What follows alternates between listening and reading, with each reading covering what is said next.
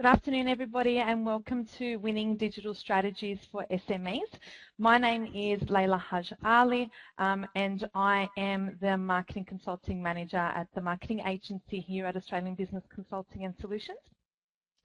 So my experience has mostly been with regards to helping businesses of all sizes and across a variety of industries develop and also implement their marketing strategies. And we've had in the agency in recent years quite a particular focus on SMEs, so we thought we would develop a webinar today to help guide you on how to develop a digital strategy that suits you and your business.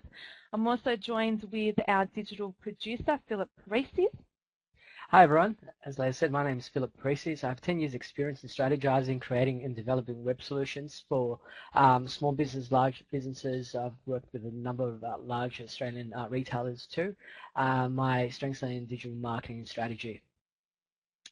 You can also join us on Twitter if you have any questions. You can hashtag ABCS webinar and we'll be monitoring that all through this webinar. Okay, and you also have the chat box on the side that you can ask any questions right through.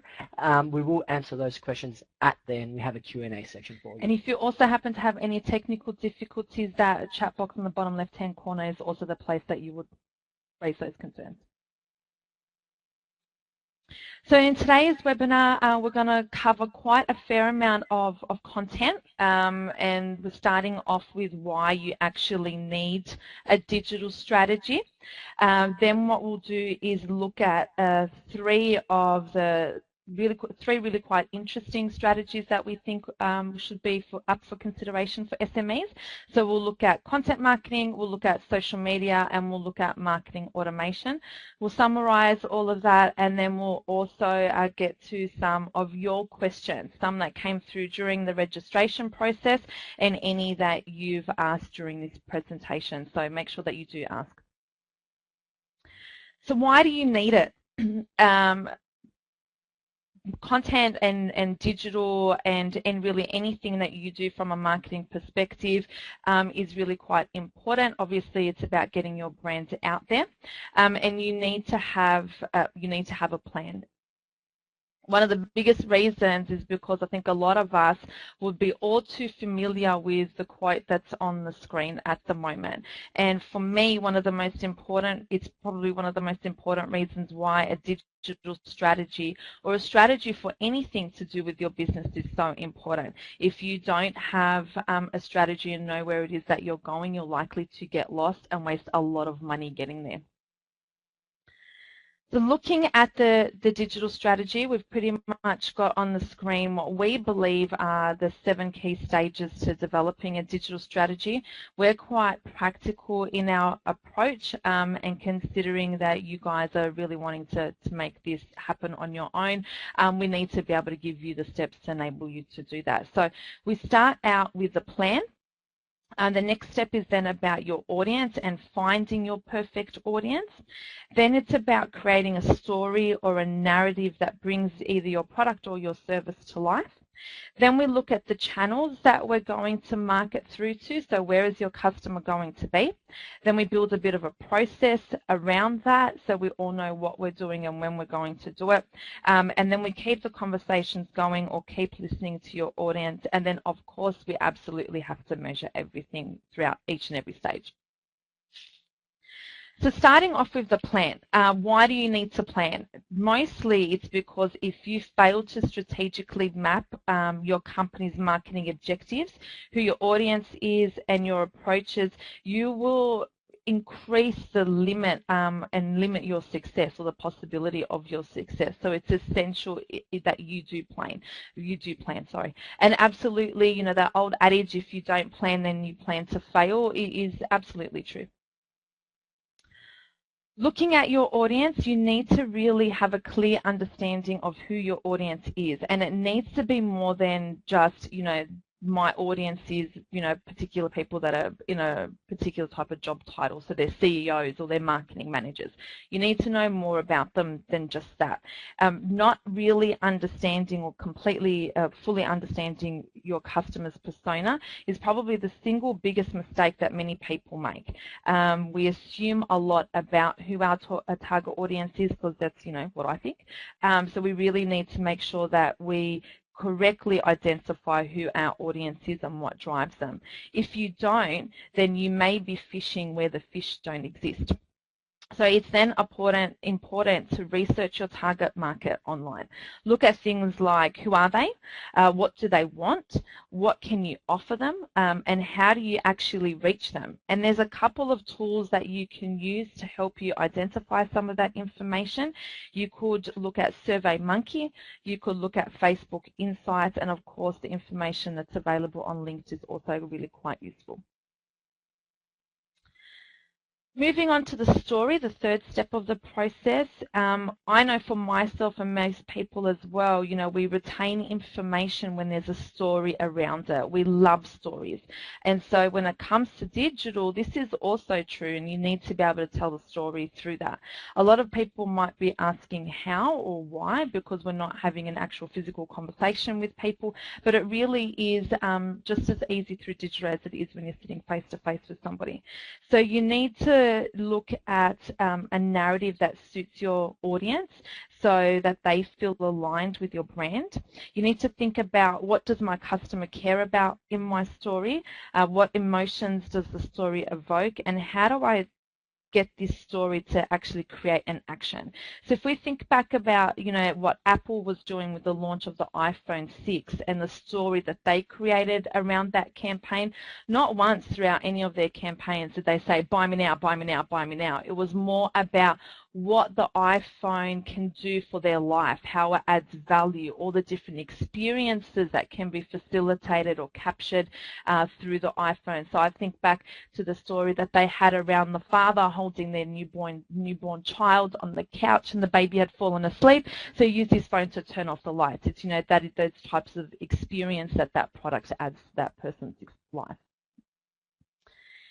So then about the channels. So when choosing your channels, you have to think about where your target audience is going to be. Not all channels are going to be relevant to your business, so don't do something just because somebody said it's a great idea.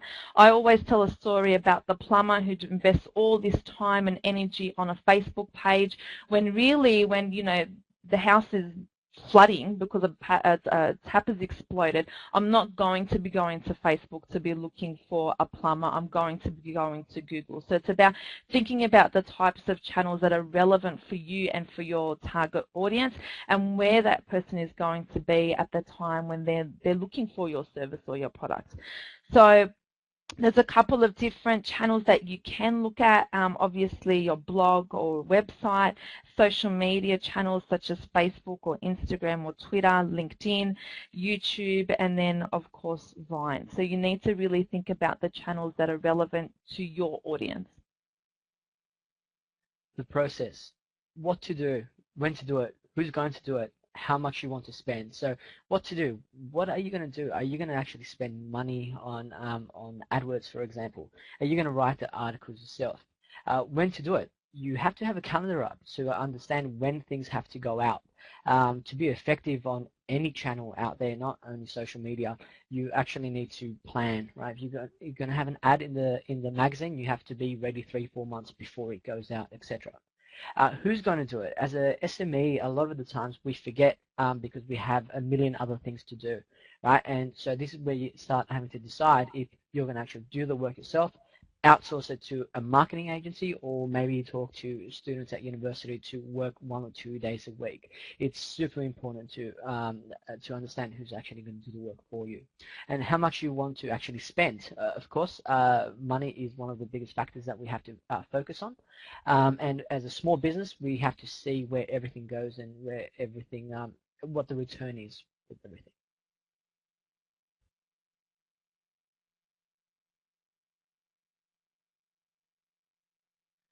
Conversations. What are you going to say? Are you going to be a thought leader with articles and posting things on LinkedIn?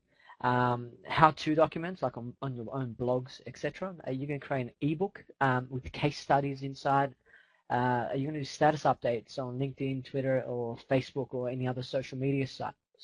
So you have to build up a conversation, and the conversation has to be organic, and so people can respond to you, people can comment on your ebooks, and images that people will want to share, and videos that literally describe your product, but it all tells a story.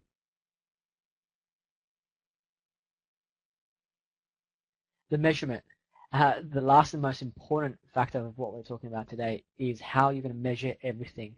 If you don't know what worked, the chances are you're not going to spend money on it again. I have a few clients that spend $1 million of marketing budget, and they're too scared to stop certain activities because they're not sure which is making money and which isn't, right? So it's important to know what didn't work also, because that's where obviously you don't want to spend your money. Return on investment, if you spend $1,000 on this and it's return you $40,000, you obviously want to rinse and repeat that same success. And it gives you a perfect chance to benchmark everything. So once you run a digital strategy, it gives you an idea of understanding how much it's actually cost you to bring in a lead or an actual client, for example. So now that we've really looked at relatively quickly the process that's involved with developing a digital strategy, each of those 7 stages, we're going to be moving on to looking at one of the strategies that we mentioned earlier on, which is content marketing. And here we've got a lovely picture of Mr. Rocky Balboa, one of my most favorite movies of all time.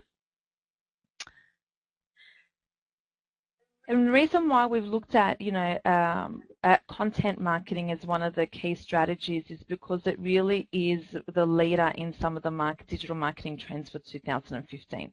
So it really is quite relevant, and it's something that's become, like we said earlier, more and more of a buzzword, and it really is starting to drive a lot of organic search results and other things that are really quite important for our business. So the second item on that big trends list is obviously big data, and a lot of that big data can actually be derived by your marketing or the interactions with the content marketing results. And then the third most important thing on that list is marketing automation, which we will be covering off today as well. So what is content marketing? It's nothing new. It's really just the creation and distribution of valuable, relevant and consistent content to attract and acquire a clearly defined audience. And obviously with the objective of driving profitable customer action. We don't really, from a marketing perspective, want to do anything that's not going to then return into a sale or something. So what does content look like? Content is essentially all of the stuff that you put out in the universe. So it can be anything from articles to images, webinars like this one, presentations, video on the internet, really pretty much anything that gets out there and gets put out there in the wide world. This slide just shows some of the most popular types of content and what seems to be working well generally across the board.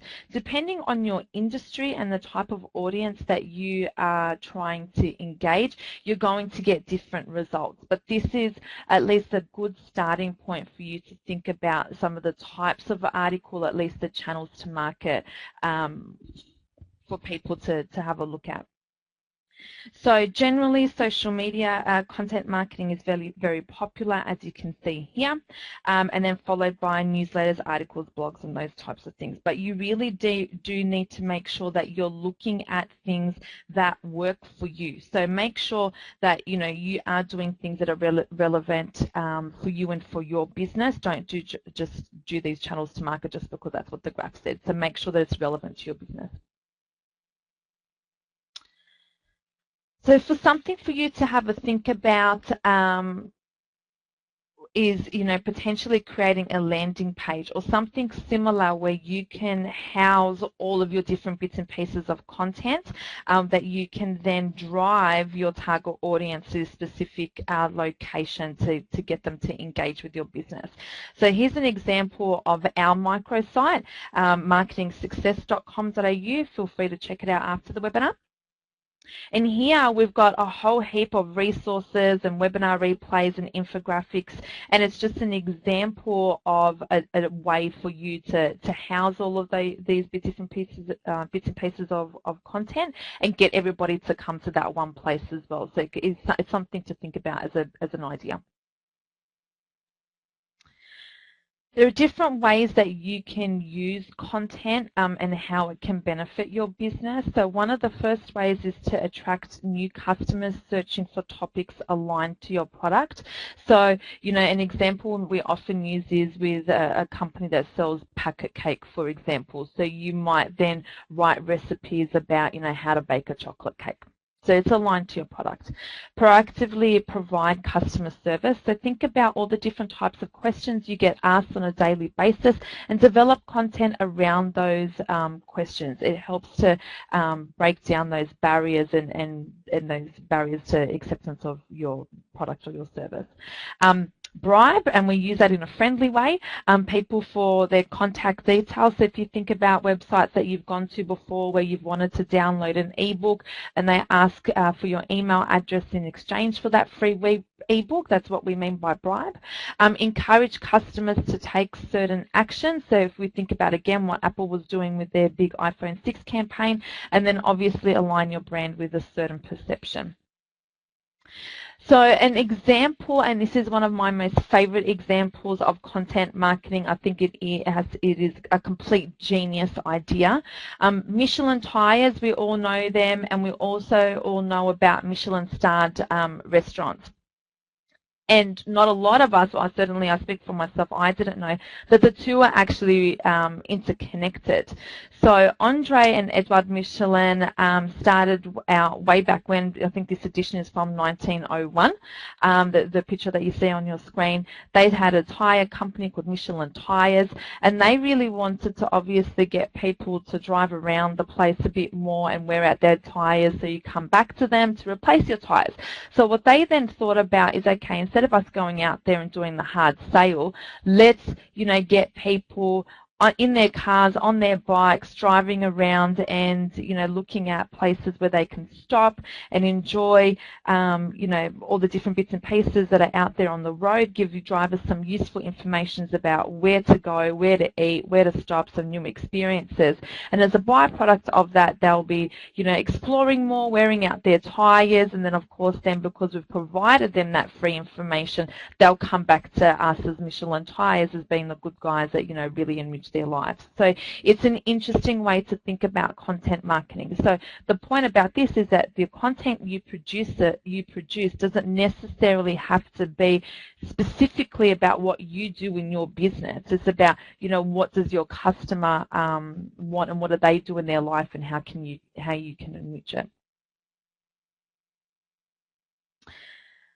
Next slide is about creating epic content. So the content, and I suppose to the point of the Michelin Tire story, needs to be epic. So you need to solve people's problems. Think about, what your product or your service does, what's the benefit of it. Provide customer service, like we said. Show thought leadership. Make sure that you are perceived as being the expert in your field. Get your face out there or your voice, like what we're doing today, but it really is about providing things or content that is meaningful. Don't just put something out there because you felt like it and it doesn't relate back to your audience or your business at all. So a couple of examples, the first one being articles. Richard Branson, he is one of the most influential people on LinkedIn and in the whole entire world, to be honest with you. And what he does is he creates content that does establish him as a subject matter expert, like what we were just saying in the previous slide. And so it really is about making sure that you ensure that you are the Richard Branson of your industry. So regardless of the type of business that you're doing, people will come to you because they know that you are the expert. Videos. So a really great example of videos is this one that we've got on the screen, which is done by Appliances Online. So what they do is they think about the types of questions they get asked when people come into their stores or that they get on their website. So people might be coming and saying, okay, then cool, I've got 4 kids at home, there's myself and my partner, what size fridge is going to be the best for us? And they do these different videos to help solve those questions. It is a really great idea as well because YouTube is the second largest search engine in the universe. It's owned by Google, and Google will obviously prioritize its own search engines. So think about video. You might be asking, why does this all matter? You know, all of this content, we're supplying all of this stuff for free. Why do we want to do it? And I think this one of the examples is that we've got a screenshot of a Google search that we did asking the question, should I buy a Westinghouse fridge? You'll see that majority of the organic search results have come up by Appliances Online, and that's purely because of all the content that people, that Appliances Online have been doing. So all of that content, those videos, those articles, those ebooks, all of that stuff has resulted in them ranking #1 on Google. So that's the reason why we do it. Your customers are going to be using Google to find solutions to their problems. So we've got another example of a screenshot of somebody asking a question, how can I export to China? And you'll see that there's all the different search results that are coming up. So think about different ways to ask, to solve people's answers. It's no longer that people are necessarily searching red shoe Sydney. They really are asking questions and wanting Google to help them solve their problems. So make sure that you are trying to answer that, which obviously Expert Growth is doing quite well because they're ranking #1. So remember, there's a couple of things that we need to remember. The more thought that you put into planning, the less expensive the process is going to be, because you're not just going to be doing things on a really ad hoc basis. You're really thinking about your audience, what they're wanting, and what you're trying to achieve. Marketing exists, and digital marketing as well, to achieve your overall business goals, so make sure they're aligned. Make sure that you create content that your market is interested in, so that comes back to really understanding your audience. And of course, plan your strategy first. So because we've gone through this, the content marketing stuff really quite quickly, there is a program called the Digital Enterprise Program that has a 2-hour workshop on content marketing. So visit depgreatersydney.com.au if you want some more information or to find out more about that course. So on to social media now. Okay, I'm going to start with a question actually. I want to find out what you guys are actually using for social media. So if you can just jump into the chat box and let me know what social media channels you're using, either personally or your business. I'm just interested to see. Okay. So a couple of answers. We've got Facebook, Twitter, Pinterest. It's going so fast now I can't read it. Okay. Big variety. Excellent. A lot of Facebook in there. Some Instagram, Google+. Vimeo, we don't see that too often. Pinterest. Great.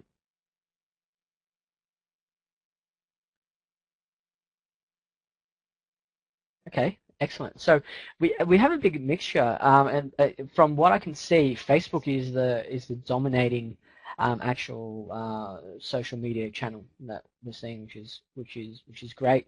Everyone's heard of Facebook, and people are using Facebook too. So let's get into our strategy session for today on social media. So these cool cats that you actually see here are the owners of Instagram. right? So they sold out recently to Facebook for only $4 billion. Not bad for an app that cost them $10,000 to develop. Right, so It's a it's a very very good good return on return on investment. investment, right? So if you can do that every single week, that'll be a good company right there. So this is a quick example of how people actually communicate on different social channels. So Foursquare is a channel where you actually like almost like you do your status updates or check in. So I'm at the donut shop example. Instagram is here is a vintage picture of a donut. Pinterest, my donut recipe. Facebook, I like donuts, and let's face it, who doesn't? On Twitter, hey, I'm eating a donut, and so on, right? So you're getting all these different examples of what's happening out there and how you communicate on social channels. So this doesn't necessarily mean they're useful for your business, and that's one of the most important things to remember during this presentation. As small businesses, we don't have to do every single social media channel, and I see some people that in the comments they're doing 4 or 5 different channels. I actually recommend sticking to 3 powerful ones that work well and focus on those particular channels. So another thing I noticed, everyone's discussing Facebook, right, which is great. Facebook is falling down in numbers a little bit, and the reason we decided to do this strategy about social media is actually focus on one particular channel today, and it's a little different, something that you don't hear about every day, maybe on a personal level, but we actually decided to discuss a little bit about Instagram, right? So it's a photo sharing app, and I can see that a lot of people have mentioned that they do use Instagram. So we're going to actually start looking at Instagram a little closer as a business tool. But first, for those that don't know what Instagram is, it's a fun and quirky way to share your life with friends through a series of pictures and more recently video. It only actually works through smart devices, right? So you need your iPhone or your Android device. Okay, so let's get into an example of straight off my Instagram feed.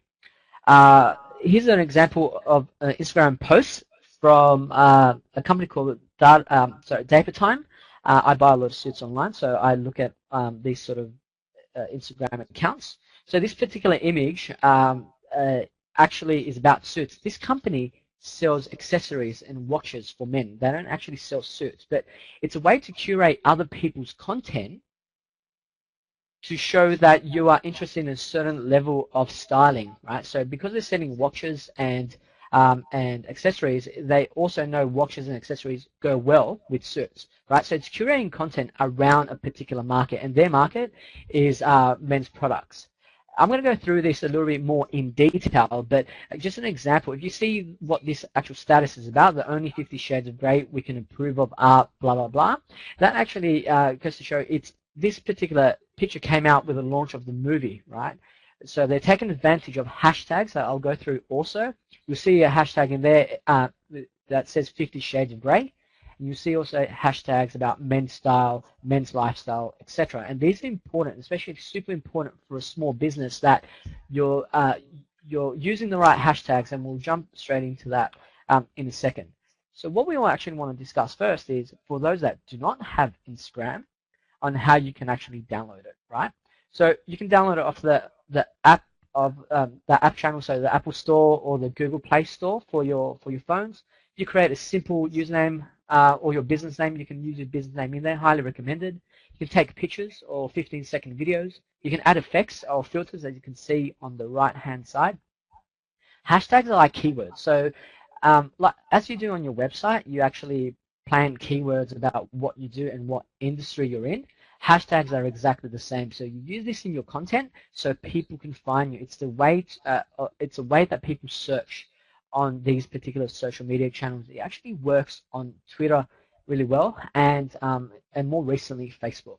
A few examples here are wedding venues, wedding dress, luxury, and fashion. And then we'll discuss that in a bit more detail in a second also. So the strategy around Instagram is, first of all, understanding hashtags and finding what hashtags work. Another thing is finding large accounts with your customers following and ask them to publish images of your products, right? So product placement.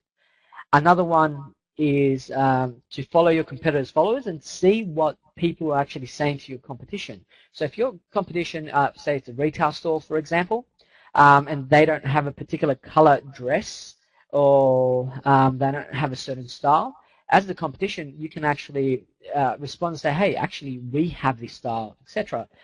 One thing I have to mention, Instagram is not only for retail and general online account with selling something online, right? It's also, it actually works really well for the corporate market. It also works if you're a small agency and you're a consultant, right? Because what you can actually do is show people that you have staff, or that you get around to some job sites and you're talking to someone in particular. You're actually creating a narrative, like what we talked about in content marketing.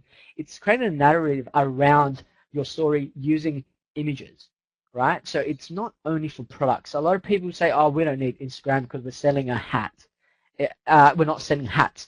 In reality, it doesn't matter what you're actually doing. You're proving that you're a person, you have a company, and people like the story more than your products or your services that you provide. Remember You're that. selling the personality of the business. Exactly right. Exactly. You're selling the personality of who you are and what your business stands for. Another thing we'll look into is hyperlinks and why they don't work on Instagram. So hyperlinks are the little links that you usually click on that take you back to a website. And the last thing is be natural on Instagram. It actually works better, so maybe we should talk Kim Kardashian that too. As I mentioned, don't think because it's visual, it doesn't suit your industry. There is always a story to be told. So, researching hashtags. I use this particular service called Tagboard. It's free. At the moment, it's free. I couldn't put a caveat, so depending where you're watching this webinar, it's currently free. So a quick example is looking at typing in there the Tagboard, into Tagboard, a hashtag luxury. Right, so as I go through there, you can see that luxury comes up with a few suggestions, right? So as I mentioned, these are like the keywords to your business. What are people looking for when they're looking for your actual products, company, or your services, right? So for this example, I'm using the word luxury. The suggestions there are luxury chic, luxury portfolio, etc. There's more things there that you can actually use. When you look at this particular slide, it gives me information about how many people are posting about luxury and what sort of posts they're actually showing people, right? You can see a lot of cars. There's nearly 1,000 different pictures that come up for this. I only have a small sample to show you. A lot of them are cars, a lot of them are products, and a lot of them are high-end stores, right, that are showing off their products, or around that boss lifestyle of a lot of money, you should use our products, right? So you can see by the statistics that there's 5 posts per minute about luxury in the hashtag. Right, so this is very important for you. So if you want to be found on something luxury, for example, you would use the hashtag luxury. And there's a lot of people using it and a lot of people looking through it. There's a little trend graph too that you can see of how popular the trend graph actually goes.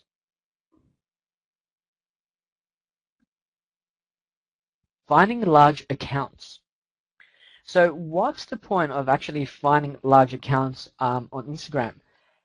If you have a product that you actually want to sell, get out there as quick as possible, and say you're a small business, it will cost you anywhere between $100,000 to $150,000 trying to get a commercial out there. Sometimes it's just as important to find an online celebrity, what we call a social celebrity these days, and there's a lot around that can actually promote your product. And here's an example. The Sydney fashion blogger. As you can see, she's got a super berry smoothie that she's drinking. She's got nice nails and sunglasses. Have a look at the comments. That's the most important thing here. The comments are, love those sunnies. Where did you get your manicure done? And more comments about the sunglasses, right? Look at the sort of following. There's over 10.3K 10,000, more than 10,000 people actually liking this particular picture. It's massive, right? So this particular company has placed the product. I'm not sure if the glasses were part of it or the nails, but they've basically provided placement in front of an audience that is probably their exact target market. What Layla was mentioned earlier on about finding your audience is an exact market, and this probably costs you anywhere between $10,000 to $15,000 to do. I know as a small business that might sound like a lot, but you probably won't get that many views on a TV, and you're spending 4 or 5 Or times engaged exactly views at engaged, least. because people would probably look up that product. I expect a big uprise in people's the person's website of this particular smoothie. Follow your competition's followers, right? So why do this? If you're a retail store, if you think about someone saying, hey, I love that red dress, I like that blue dress, does this come in this color, etc., use that to your advantage. You can actually message the people directly on Instagram, or hashtag that person in and say, hey, if you're looking for this particular style, we also have this, right? Again, you're seeing what the competition's doing, and you can actually see what popular stock they have, right? I'm giving you the retail example. Now, if you're doing consultations, etc., you don't need to sell physical products, obviously. So what you actually do is see what the competition's up to. You can see what events they're going to. You can see what their staff's up to. You never know if you're if one of the sales guys is not happy with what's happening or etc. You can maybe pinch some stuff on Instagram. I've seen it happen before. Right, so even though I'm giving you retail examples because there's a lot more there, it doesn't mean that you can't use as a consulting with consultants and trying to follow particular people in your industry. See where they're going. It's amazing. It's just like Facebook. When people do a status update at blah blah at a particular client, that that client, if they're your competition, you can literally say, hey, next time there's a proposal up, I'm going to go to this client and try and pitch my work to them. Right, so it And works I think both that ways. principle applies to service-based organisations as well. It does. Having a look at, if we're thinking about this army jacket, somebody wants it in blue instead of green. The same thing might apply. There might be a service-based organisation where they only do website development, but they want, a marketing strategy, and you develop marketing strategy, so then you can tag them in the comments and go, hey, this is something that we do. Yeah.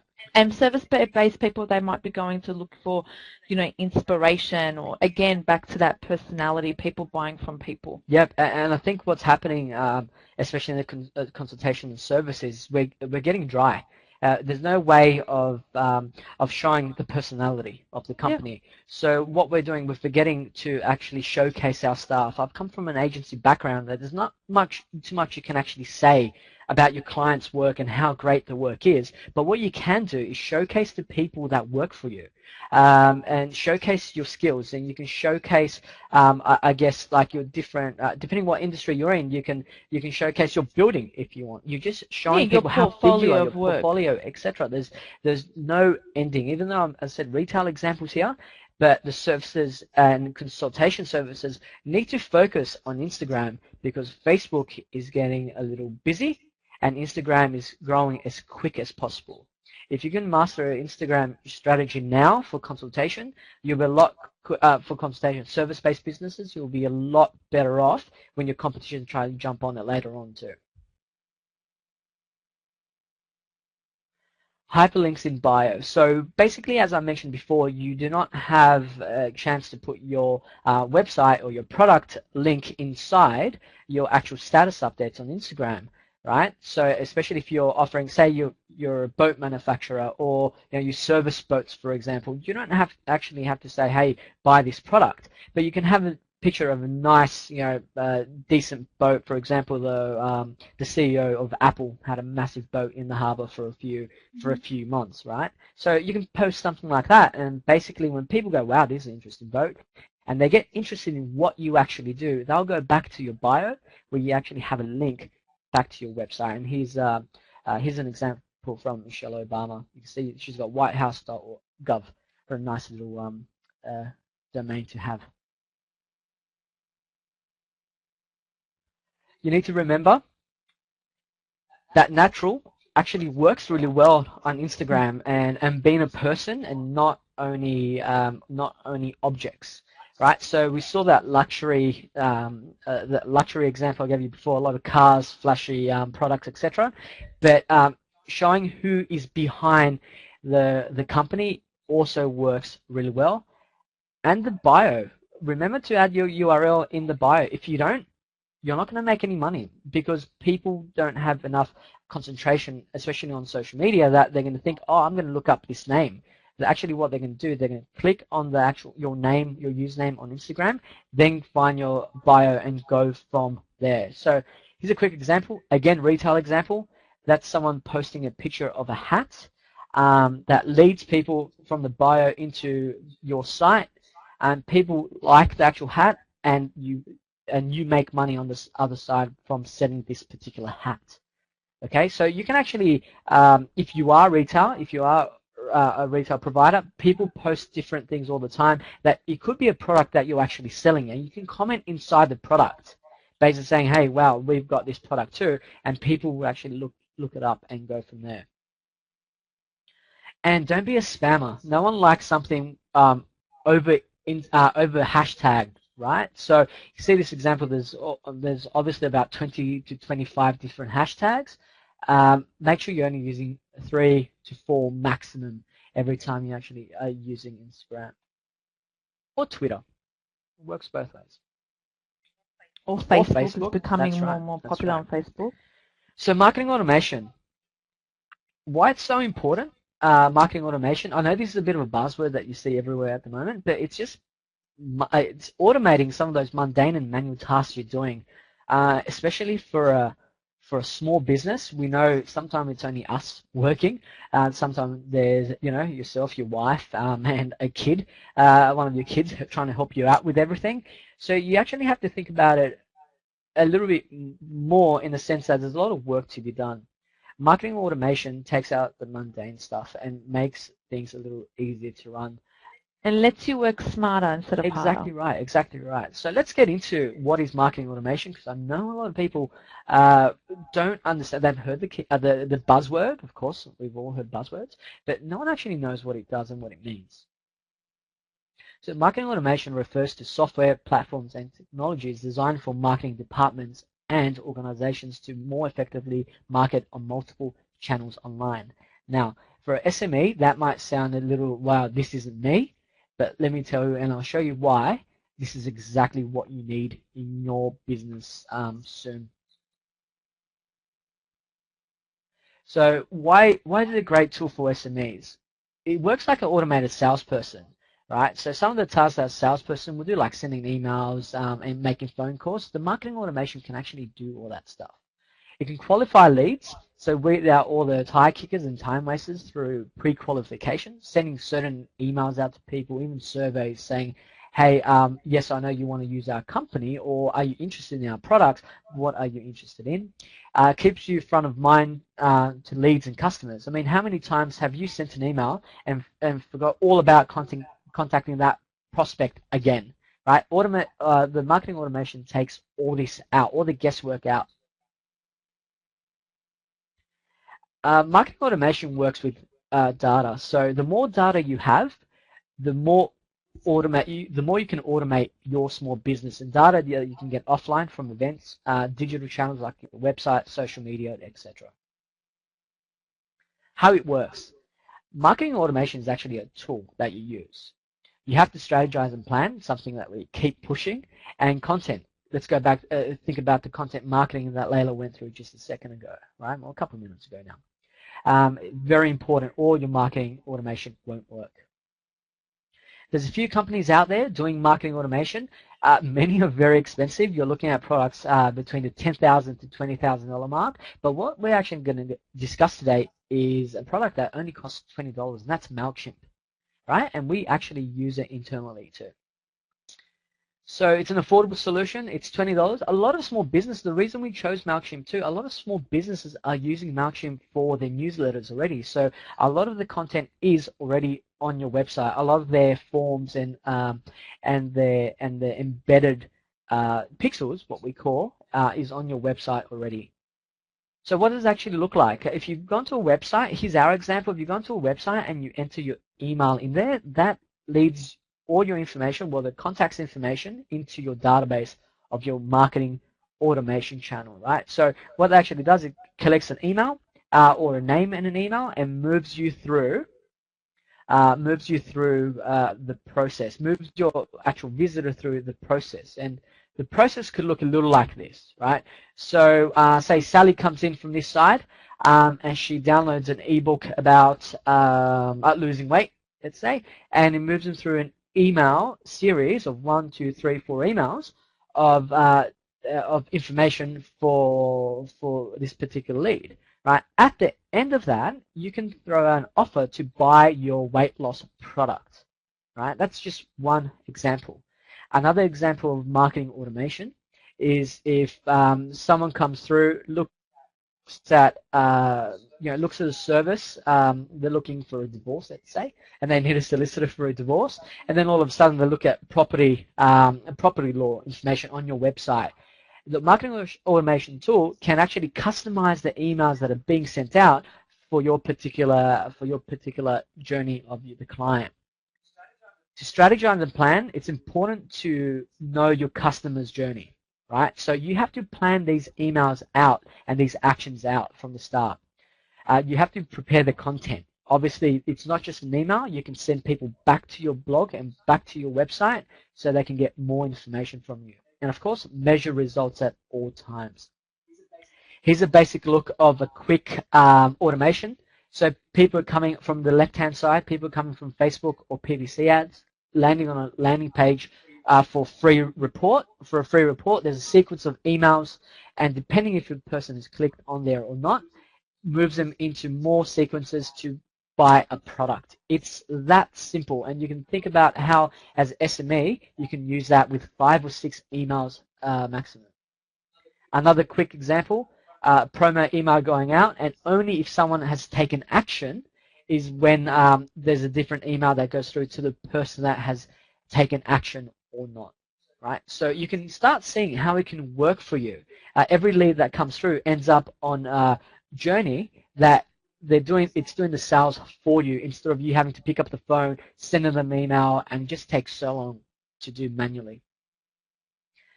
Marketing automation, measure results. The marketing automation strategic plan is measure results and constantly set benchmarks. So after one round of 6 emails have gone out, go look at the results to that. See if it's has actually worked and where you can actually add more emails or remove emails sometimes too. The content. If you don't have content, your marketing automation won't work. Even email is content. So you have to strategize the emails that you're sending out to people. Use content to dance and romance your leads. This is one of my favorite lines that I always use, right? You want to take people on a date with your content. You want to send them on a story. So hopefully, of course, you want to get married at the end of it, right? Or something like that. So, or sell your product or your service. Well, I think that was the point. With the content, right? You're leading them on a journey. Thinking about a full circle of automation. So through analytics, people get ID'd on your website through the automation tool. It can connect to a CRM if you have a customer relationship management software. You can send all those dynamic emails and literally track all your return on investment constantly, which is super important for a small business. And of course, guys, remember, you need to plan. Everything about digital strategy and every strategy I've ever worked with, the planning is the most important thing that we need to consider. So now it's time for a question and answer. So if you do have a question, please type them in the bottom left-hand corner. We've had a couple of questions from a few people relating to how Instagram is relevant to service-based industries. And so if you think about some of the things that we're talking about in the content marketing section, about posting things that interest your audience so that you're aligning your brand to what it is that they're really thinking and feeling about, showcasing your portfolio, you know, showing your attendance at events, all of those types of things are ways that you can use Instagram even if you are a service-based organization. Did you think of yeah, and showcasing your personnel, showcasing who you have in the company, because for many small businesses, it's you're the master of everything. You're doing everything, so showcase yourself. And even if you are a larger SME, you know, you still want people to be able to see your personality as an organization. You know, we had one question from Jennifer who's has a construction or engineering business, and Instagram could be the place where people start to go to for inspiration. Right. So they're looking at ideas, they're looking at, you know, what can we do in our, you know, in circumstance. So they might be coming to Instagram. If you hashtag correctly when they're doing searches, you know, your stuff is going to actually start to come up. So it works the same as what Google does. I think that's how it is, that you've kind of got to look at it. The hashtags are your keywords, and when people are doing searches on Instagram for different things, if you hashtag properly, you're coming up. It's about then providing images that are relevant to them, selling your story, and all of those types of things that we spoke about in the content section. So I hope that answers some of the questions that people had about service-based businesses. One other question that we had earlier on from some of the registrations is that some people wanted to know how to utilize Google Plus and Google Places for business. Yep, so if you think about where Google, what Google owns as a company, it owns particular services. Google Plus and Google Businesses is one of those services. So the more you actually post and use Google Plus, like Facebook, sharing different content from your website, making friends, making acquaintances, it will work really well for your business, because it also brings up your search listings using search engine optimization. Now, if you're a local business and you have a Google Places account, or multiple accounts, if you have 3 or 4 different stores or locations. Again, if someone's looking locally for a hairdresser in Sydney, and you are, say, even if you're based in the city, and someone's searching inside the city, you will come up first because you have a Google Places account. Remember, you can also add keywords inside your Google Places account. So basically, when you're describing your business, make sure you tell them you're a hairdresser. Make sure you tell them you're a business advisor, etc., because that all counts. I have another question. Do you prefer YouTube or Vimeo? Again, same with Google Plus and Google Places. Who does Google own? Google is 97% of all web searches. So I would put my things on YouTube, but I can use Vimeo on my website. If I like the way Vimeo is displayed on my website, I will still use Vimeo to embed the content, but I will still use YouTube with exactly the same video to help my search engine rankings. Yeah, absolutely. We've got another question. Somebody was asking that the website is built and where to from now.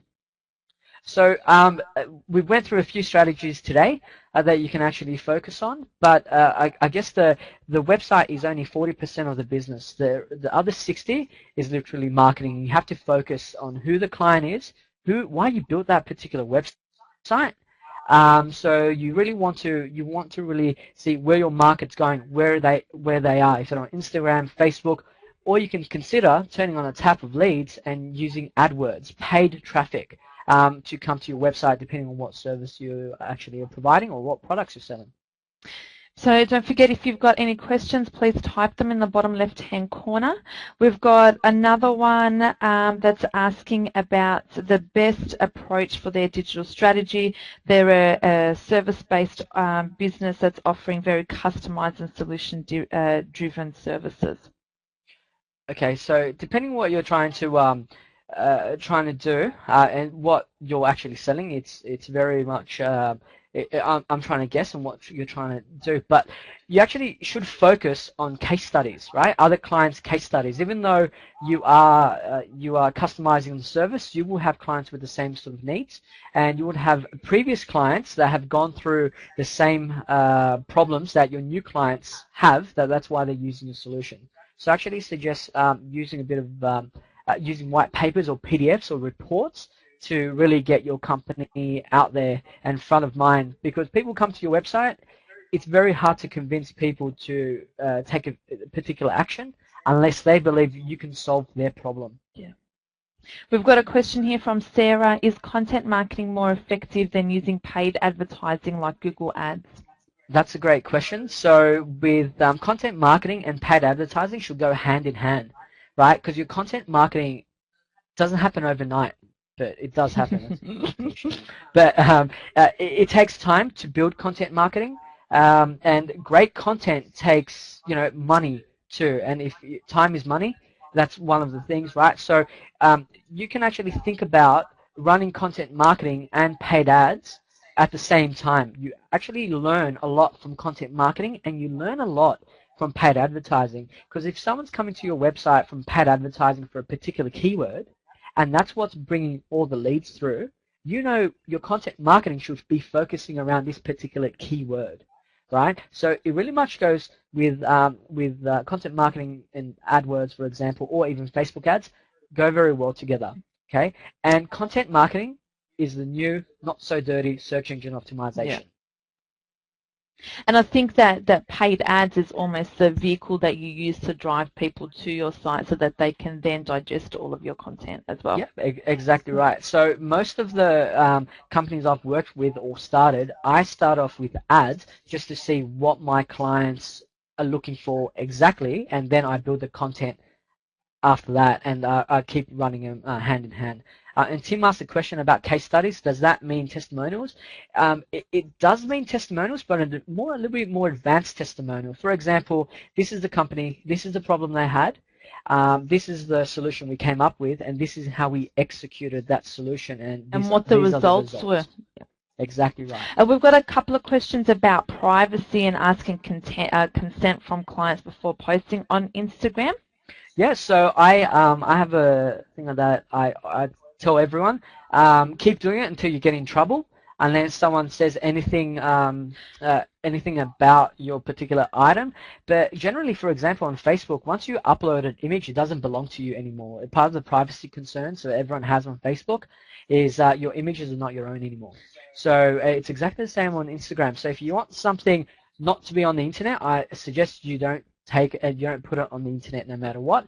Using other people's stuff, as I said, do it until you get in trouble, and then you can remove it, or you make an educated choice of what you want to do. Obviously, seek legal advice if you do have concerns.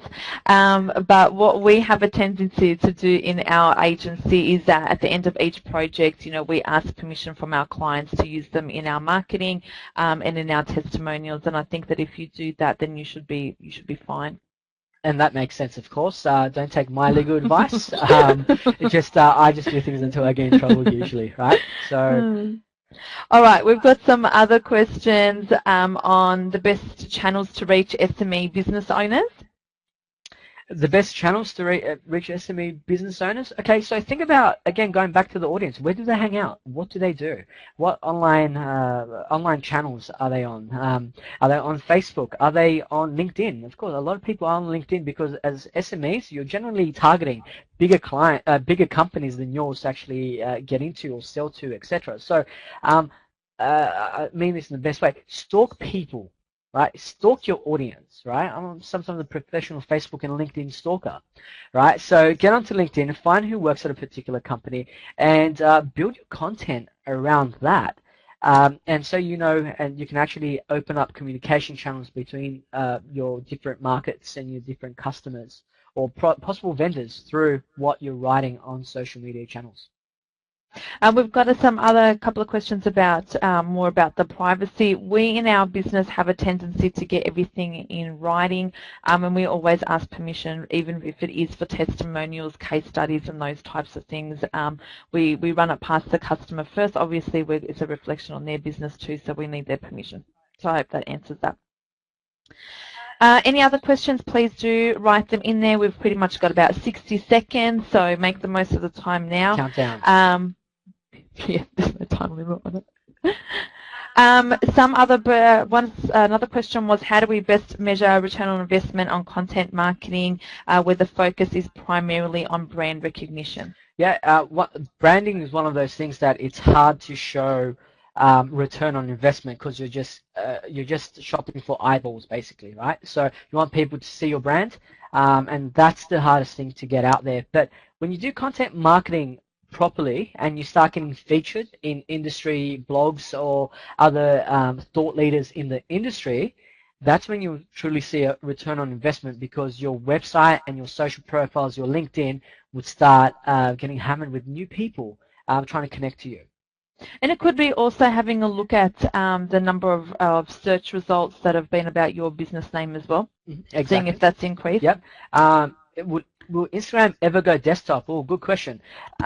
With everything moving towards a smartphone and everything's basically mobile first, desktop later, I don't see it happening. Or even if it's relevant. Yeah. Well, we would like to thank you all for joining us today.